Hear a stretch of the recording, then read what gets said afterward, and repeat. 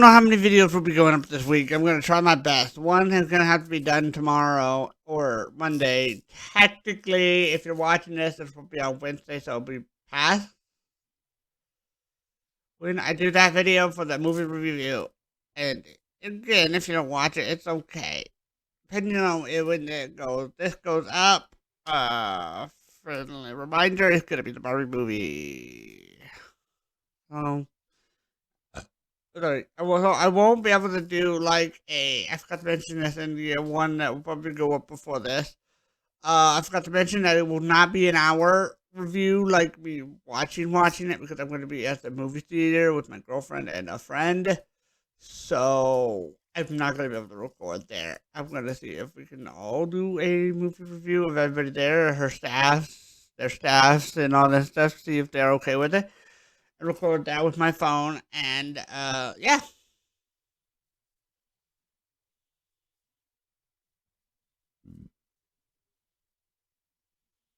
Other than that, let's get started with 8 video game heroes that made everything worse. Typically speaking, a video game hero is supposed to make things at least a little bit better. Unfortunately, I suspect the following characters were busy when that little memo was sent out. You know, busy being out in the world, making everything worse for everyone else. I'm Josh from WhatCulture.com, and these are 8 video game heroes who made everything worse. Number 8, Chris Redfield, Resident Evil Village. Resident Evil Village opens with the shocking murder of Ethan Winter's wife Mia and the kidnapping of their daughter Rose. Now that's surprising in and of itself, but here's the twist. The one pulling the trigger is none other than series veteran Chris Redfield, who actually rescued Mia and Ethan in the previous game and has been a mentor ever since. Of course, later it turns out that Chris hasn't completely lost his marbles, as the person that he shot wasn't actually Mia. That was main villain Mother Miranda, who had kidnapped Mia shortly after Rose was born and used her ability to shapeshift at will to take her place. And the second Chris figured it out, he and his men filled her with lead. So, what's the problem here? It's the good guy killing the bad guy. Well, there's the teensy-weensy, 80-bit, nigh insignificant detail that he did not tell Ethan any of this. He barges in, shoots his wife, and then takes Ethan hostage, and even when Ethan escapes and searches for answers in the titular village, Chris still doesn't tell him what's going on. His reason? Well, it's to keep Ethan out of this and to go home. Yeah, I don't think that if he's gotten this far, he's just gonna pack it up now, guy. I mean, you... True, and where is he gonna go home to? He's in a village. Home has holes in it. It doesn't really have any good place to go to.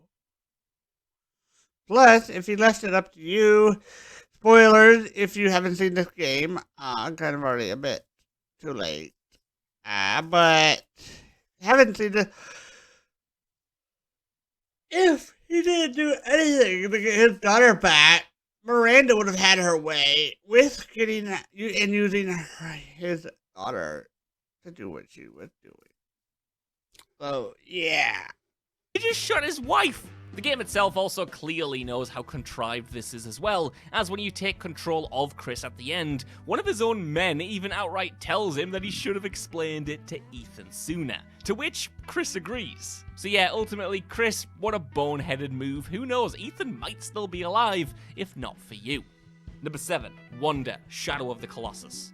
Never underestimate the tunnel vision that grief gives you. Never doubt the lengths that your mind will go to freeze out every dissenting voice when it has itself set on a solution to your pain. And for a lesson in this, look no further than Wanda from Shadow of the Colossus. We don't know much about our hero in the game.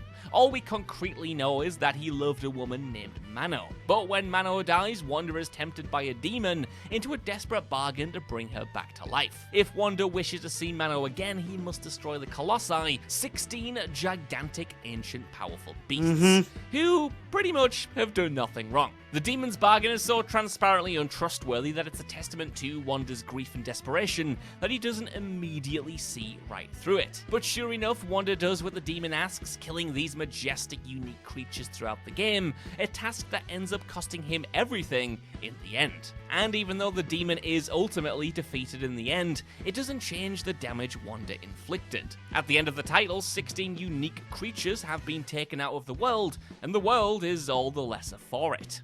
Number 6. Link, Legend of Zelda: Ocarina of Time. One of the final on our list who was unaware of the damage that would come about by his actions. The entire latter half of Ocarina of Time is low-key Link's fault. See, Ganondorf knew that he wouldn't be able to breach the Sacred Realm on his own, so he let this little kid who was running around solving folks' problems just do it for him. Once Link did, however, Ganondorf swooped in and took the Sacred Realm for himself, leaving Link magically comatose for the next 7 years. So yeah, while not really his fault, at least not to the extent of the entries to come, single-minded determination to get the Master Sword and enter the Sacred Realm ultimately left him utterly unprepared for Ganondorf's trickery, leading to the Demon King subjugating all of Hyrule, or judging by the graphics of the game, just Castletown and a bit of the surrounding countryside, because like everything else just looked fine, but you know, it's supposed to be all of Hyrule. Few other versions of Ganondorf would display such guile, which is probably part of why we still remember Ocarina's version to this day. Number 5, Kratos, God of War 3. Other games on this list end with the hero making everything worse, but then you've got Kratos just screwing things up for everybody from minute 1 of his 3rd installment. See, Kratos on his way to finally bringing about the end of Olympus itself, with an army of titans right behind him, may I add, gets one of the coolest boss fights / tutorials in gaming history to start us off with in Poseidon. See, the fight is a massive one, teasing the epic scale of things to come, and at the end of the bout, Kratos subjects Poseidon to one of the most brutal QTEs in the history of the mechanic, by having the player gouge out his eyes by pressing down on the analog sticks. And then, because you've just killed Poseidon, all of Greece floods, because that's what happens when you murder the god of the ocean. And somehow it only gets more apocalyptic from there on out, with each god Kratos kills getting him closer to ending the Greek mythology as a whole. Number 4, Daniil Dankovsky, Pathologic. Pathologic has multiple characters to play through in order to get the very best ending possible, and naturally, for a game this unendingly bleak, they start you off with the worst of the 3. And mind you, one of the other guys is a serial killer, so, you know, keep that in mind.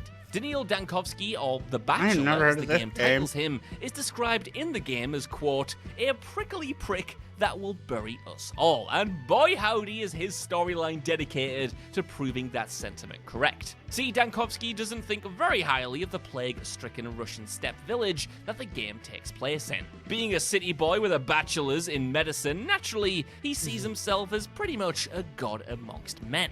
All the way down to his goal in the game being to overcome death itself, like some kind of pulp-mad scientist. And going through Daniil's story, we'll see you rubbing elbows with the elite of the city who want to weather the inevitable shelling of the city by the Russian military in a giant, architecturally insane structure on the edge of town, leaving the rest of the village to die. And even before this, Daniil's actions cause the burning of a strange giant cow that, in another character storyline, you learn can actually help cure the plague. So yeah, the summation of this idiot at the beginning of this entry is definitely accurate. If the Bachelor has his way at the end of Pathologic, that prickly prick really does bury them all. Seriously though, this game absolutely rules. You should check out H-Bomber Guy's massive essay that he did on this. It's just, man, it's something else. Number 3, Tim Braid. Jonathan Blow's Braid is a story of obsession and how that looks just like a ripoff of Sonic. In this case, being represented by protagonist Tim. The story of Braid is admittedly vague as hell, mostly left up to interpretation, but one thing is clear if you're paying attention to the visuals and the few bits of story the game does give you, and that's that Tim does not think highly of anyone other than himself, and he doesn't really like himself all that much either. If you know this game, then you know the twist at the end of the final level, where it's revealed that the princess that Tim spends the entire story obsessively chasing was in fact running away from Tim, instead of towards him. But even beyond his narrow-minded projections onto this woman that he's decided to chase after, the entire game is filled with Tim killing every creature that he comes across. Wow. The game literally keeps score and doesn't let you progress until every enemy is dead, and this, at its most callous, means sacrificing a bunch of adorable little bunny rabbits to continue the plot. So yeah, no wonder the princess was desperate to get away from this psycho at the end.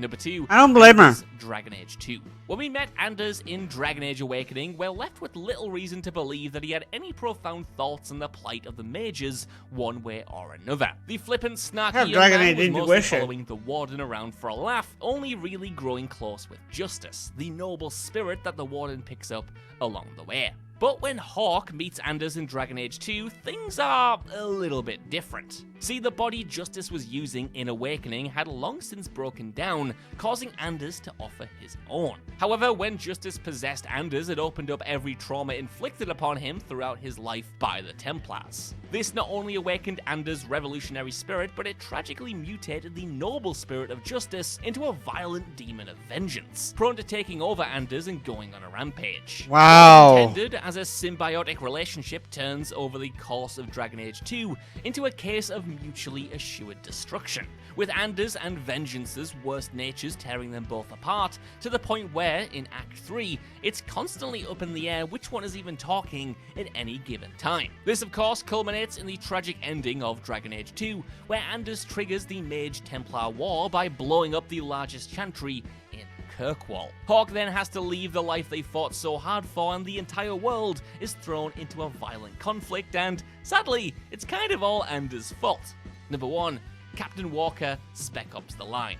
Of course, it had to be Spec Ops: The Line. This features one of the most infamous protagonists in gaming history, so there was no real question who was going to come out on top. Spec Ops: The Line intentionally lures you into a false sense of security, as it opens with the usual trappings of the AAA titles of its era. You know, soldiers, helicopters, vaguely Middle Eastern settings, modern military, all of that stuff. It then uses all of that to metaphorically and very literally beat lead character Walker, our supposed hero and player character, over the head with the morality of his mission. See, throughout his mission, Walker rips apart whatever little is left of the destroyed Dubai in a series of increasingly ghoulish war crimes, culminating in the game's most infamous white phosphorus set piece. No matter which ending you end up with at the end, the game's nihilistic approach to the military shines obliquely through, all perfectly symbolized in a soldier who came to this place to be something that he isn't, that being a hero.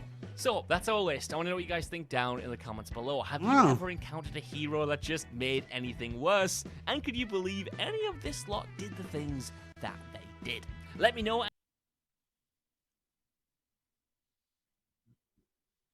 10 video game bosses that you have one chance to fight. I might check that out. I don't know. Let me know what you guys think. If there's any games that you think that weren't listed here, that where the hero made everything worse. Not always. The hero is not always the good guy in the story. In Wander, the Shadow Colossus, Wander is technically the bad guy. He's going into their home, murdering these innocent beasts just to get his wife or girlfriend back to life. Because the demon, because he made a deal with a demon. And those beasts that he killed are what are keeping this demon in prison. So, if you think about it, he's actually the bad guy instead of a hero.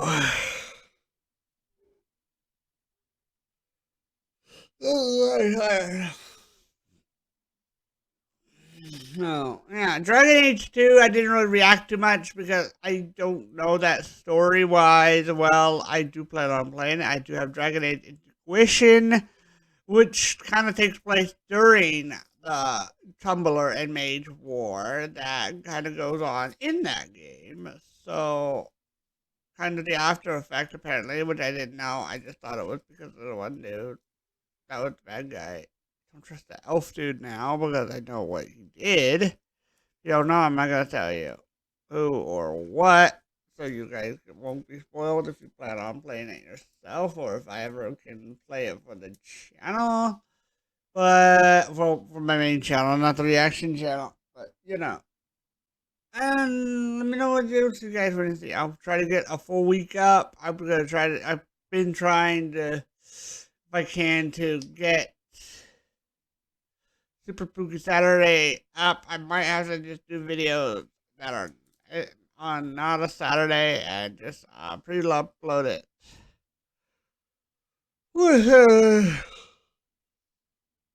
Okay, sorry for my yawning. I don't know why. I am yawning. Don't know why I'm tired. I'm normally not. So I don't know. I don't know if it's this video that's draining my energy or what. I wanted to do it, and I wanted to get some videos. I don't know why. Probably because I have so much stuff I want to do. Like I've been all week farming on Digimon game. I'm doing for my main channel, getting every Digimon I can ready for Monday's live stream. Watching YouTube video, playing Skyrim, like doing some bajillion things at once. Because I want to like do this, that, but I want to watch Digimon at the same time. I want to get the far on Digimon, get everything ready for Digimon the game, etc. So I'm kind of spread it out everything.